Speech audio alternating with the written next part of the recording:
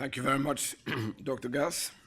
We will now turn to the partner region, Gothenburg and West Sweden.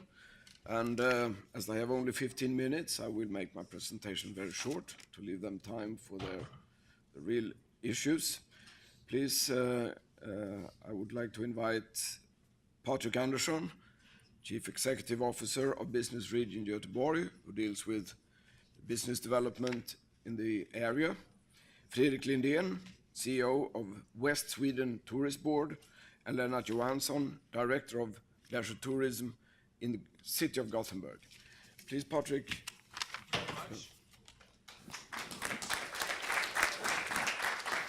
And thank you for welcoming me and my colleagues from Gothenburg and the west of Sweden to New York, this fantastic city.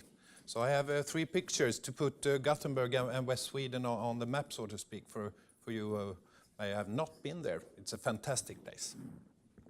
So I think I'll have this one. Mr. Pagrotsky told us yesterday about what platform are Gothenburg in. My opinion is clear. We are in a development stage globally due to R&D investments within the private companies. It's almost a quarter coming from companies like Volvo Cars, Volvo Group, AstraZeneca, Ericsson, and also small and medium-sized companies. Going forward, putting billions of dollars in R&D and succeed in selling the products on the global market. And what that has to do with sustainability.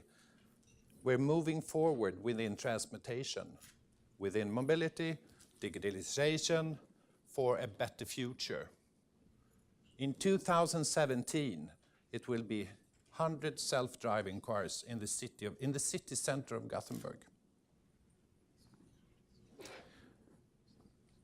As you can see on the octagons, we are highly ranked in Europe and on the global map within growth potential, entrepreneurship, competitiveness, logistics, and innovations.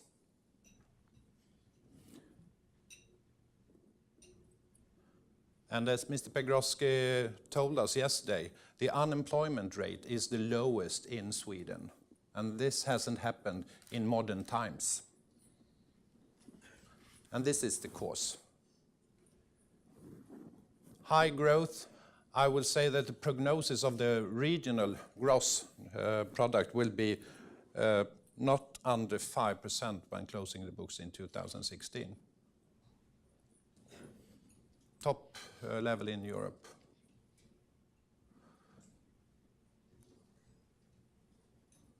Well, we are in the US. We are in New York City. And here are the small local economy of Gothenburg, and our number 1 trading partner, or the business and the companies, are the US, not Belgium, because that's where Volvo Cars has a plant, so that's internal affairs, so to speak. So by far is US our biggest trading partner, 20 billion SEK. 50% of all exports from Sweden comes from Gothenburg and the Gothenburg area. The increase between 14 and 15 was 50%. So we have an automotive locomotive, so to speak. On the right hand, you can see a couple of innovators or global businesses which are situated in Gothenburg and the Gothenburg region. Just 2 months or 3 months ago, General Electric put a bid on a small and medium-sized company called Arkham. Then Leif, we will have a unicorn if the deal comes through. We have also in life sciences, it should be on the map, called Dentsply. Bought AstraTech 2 or 3 years ago and are the number 1 on the global market within biomedicine. So we mean a lot to each other. And going forward for the next 20, 25 years, and and coming to food and green and so on, the city of Gothenburg will reconstruct in major city development, major infrastructure investments, and this will also address the border between land and the city. And as I speak, I'm sure you've heard of smart cities, smart city development, but when we are here now, they are just outside the city center of Gothenburg. Local farmers are attracting to the Michelin restaurants to grow crop, to grow with animals, to get local production, because the restaurants want it. And I'm sure Lennart will speak about restaurants later. So, to summarize, Gothenburg and the Gothenburg region are in a huge development stage due to technology, high R&D, world-class growth, and now we are addressing the big challenges due to this city development. $100 billion within the next 20 years. So thank you very much. I have my 5 minutes.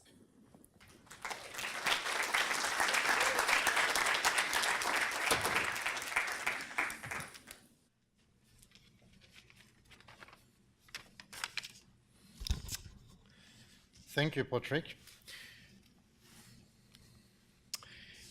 I want to mention a little bit about the city of Gothenburg, where I'm head of the leisure tourism, and how could you work with sustainability when you talk about tourism and that is traveling a lot, so on. So I described for you. But first a little bit about the city. I've been stealing with pride a quote from a journalist that visited Gothenburg to describe Gothenburg in a way for those who never been there before. He said, "It's a pocket-sized metropolis." And when I tasted it, yes, it's the right wording, a pocket-sized metropolis. And we are in the heart of Scandinavia. We are on the west coast, close to the sea. It's developed, through hundreds of years to be the port to the world. When we are heading somewhere with a manufacturing industry that we actually have in the catchment area of our airport, it contains 70% of the manufacturing industry in Sweden. It's within our catchment area of the airport. So we are focusing to the world.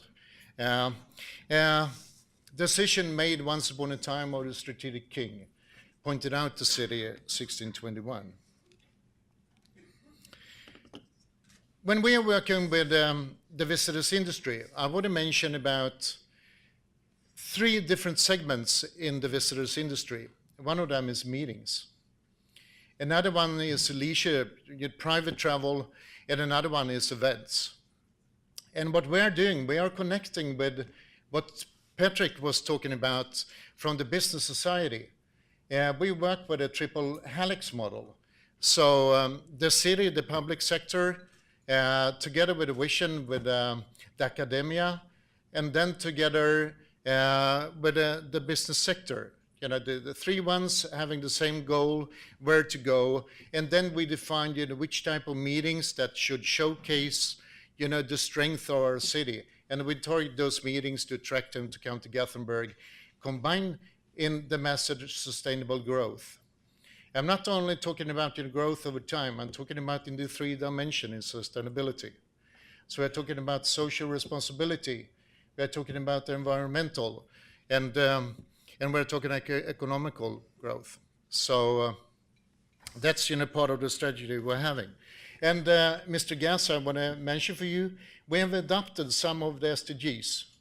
And we've done it in a way that we have put up a vision that we should challenge in every single aspect all the areas we're doing in the visitors industry by being a global leader about sustainability.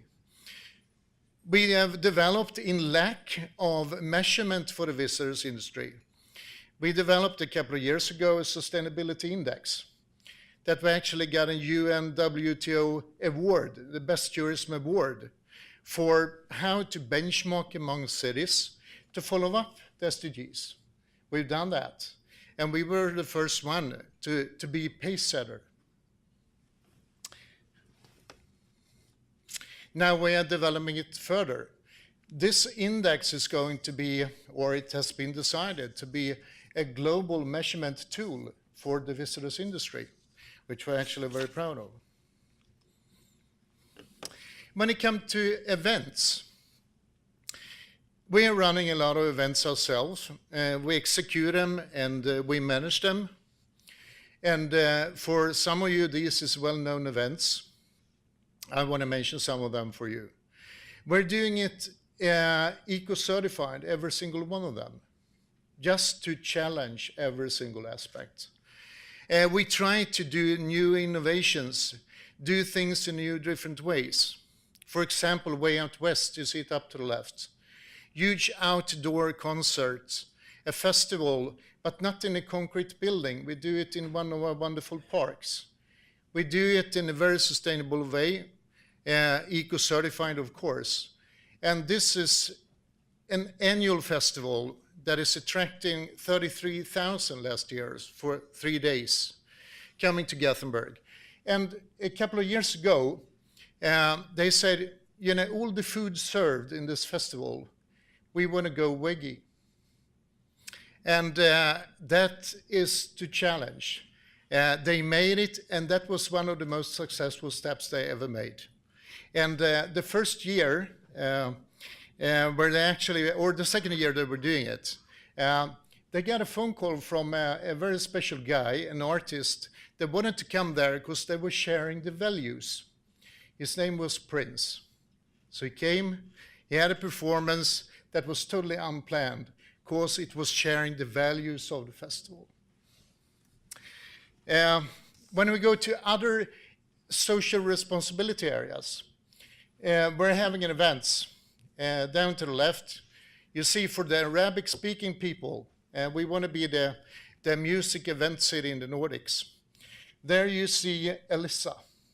She's having 25 million followers for the Arabic-speaking population, but it never been arranged any concerts for that audience in the Nordics. We tried it out, and there you had 40,000 people came and listened to that one. Or we started to arrange a Pride Festival that's been very successful, now developing to be the Europe Pride that we shared together with Stockholm 2018. And when we are doing things, you see, we had America's Cup. They invited actually themselves to come to Gothenburg because we are hosting Volvo Ocean Race. And they heard that we arranged it in a very professional way, so they wanted to come. But they want to do it, you know, in the middle of the city. And so did we. And here you see America's Cup that was available for all the people living there, working there, and visiting. And this is a little bit how we showcase the way how we can operate and do businesses, at the same time spreading the word about our city. So that's what we're trying to do, position ourselves through the events. Now we want to spread the words through our colleague, Fredrik. So please, thank you.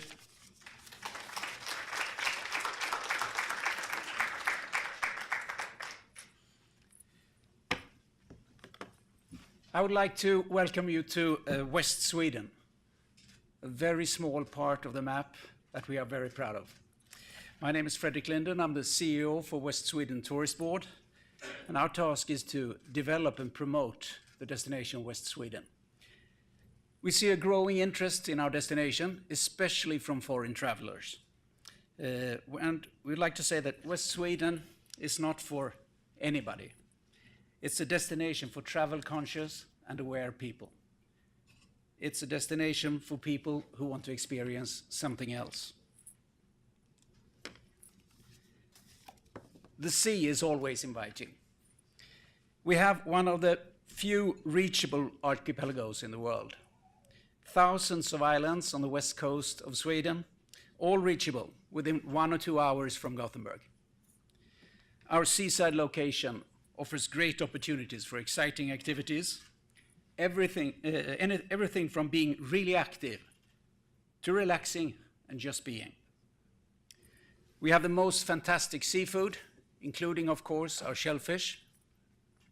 And according to CNN, the west coast of Sweden is one of the world's most beautiful wilderness spots. So don't miss it.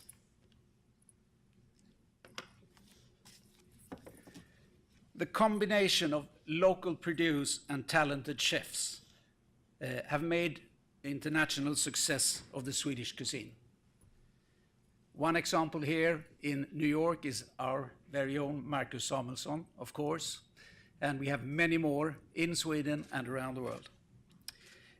We offer great dining and eating experiences for everybody, regardless if you want to go to acclaimed Guide Michelin restaurant or just have a basic picnic. In West Sweden, there are lots of people who make food something else. When you come to visit, I do recommend that you combine an activity with a food. For example, experience our seafood safaris or lobster fishing trips. West Sweden is beautiful all year round. We rarely reach 30 degrees Celsius or above 90 Fahrenheit.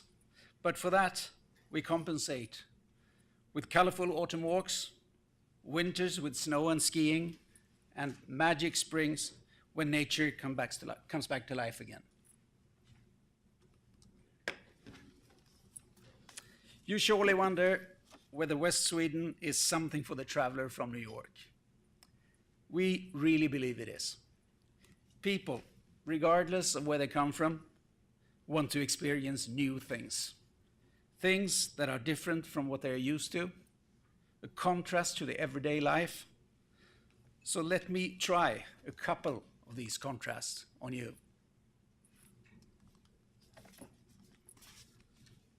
From a quick taxi ride to a kayaking trip in the archipelago. Or from a 259-meter high skyscraper with 70 floors to a lonely little cottage by the sea. As you can see, West Sweden is different. I would like to conclude by saying, welcome to something else. Welcome to Gothenburg and West Sweden.